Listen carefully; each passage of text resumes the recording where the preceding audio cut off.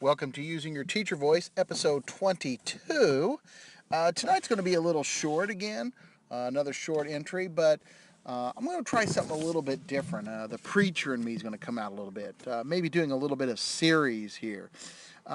Recently, I had to drive to Indianapolis, or close to Indianapolis, and a friend of mine, she'd been hounding me, telling me I needed to read Nikki Sixx's autobiography.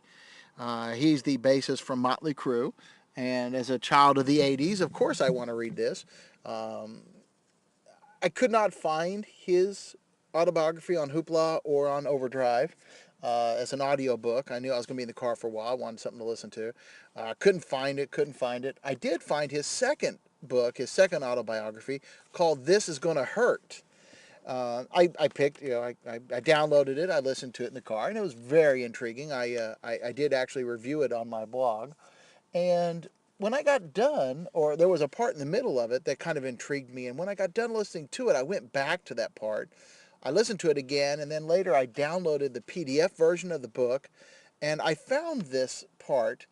At one point, he was talking about artists and how artists had to have some things to help them through the process. He was talking about how what a meat grinder that business was. And everybody thinks it's such a glamorous and awesome profession.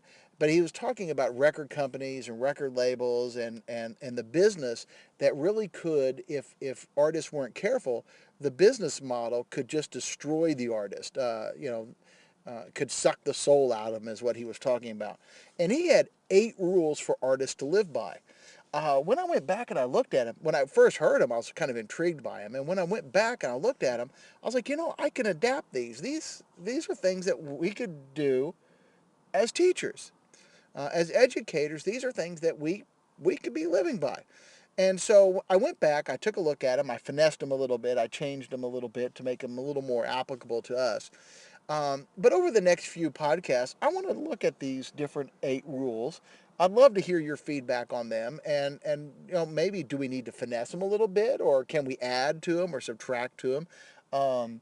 I'm kind of envisioning maybe making like I don't know, like a mantra, some mantras to live by, or some rules that guide me in my principles as I'm looking at doing new things.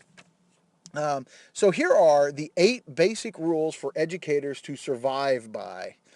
And again, like I said, I'm not going to spend very much time talking about them here, but going forward, I want to elaborate on these and again, get your feedback on them. 8 basic rules to survive by. Rule number 1, if you are an educator, stand up for your rights. And again, I've talked about that before and about how important that would be. Number 2, if you are an educator, support educators who don't follow the old, tired, worn out, traditional, ineffective methods. I used to teach in private school, and one of the things that we kind of joked about, but we kind of really did follow, was tradition lasts because tradition works. Does it have to? Number 3, remember, there is no education without students. There seems to be a misunderstanding that we need them, but we don't. Students need us. I think I'll just let that one sit for a while by itself. Number 4, learn the education system. Understand the system. Understand the model on which education is not only built on, but how it's being run today. Because again, you don't necessarily have to fight the system, and you don't have to like the system, but I think you need to understand it so you can kind of fashion it and use it to better outcomes for our students. Number 5, know and understand how to market yourself, not just as a professional, but how to market yourself to students. Let them know what you have to offer, what you're giving them. Marketing yourself to parents, and being effective in what you are and are not able to offer. Number 6, do it yourself. Don't copy others. Offer yourself to others. Number 7, and this one's a little more philosophical, something to be thinking about more than anything. Manifest the student's future. It's theirs for the making, not theirs for the taking.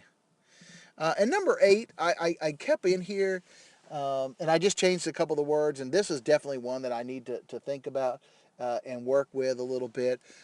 His was a little bawdier than mine. I took definitely some of the more colorful language out of his.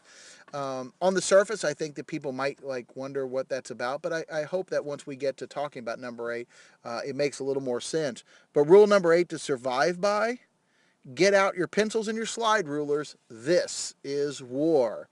So, like I said, over the next few podcasts, I'll be coming back to these points, elaborating on them, offering my thoughts, and soliciting your thoughts on them. And hopefully, we can create some sort of guide, maybe to help us as we look forward, how to better ourselves as a profession, how to better ourselves in what we're doing, and how to help our students.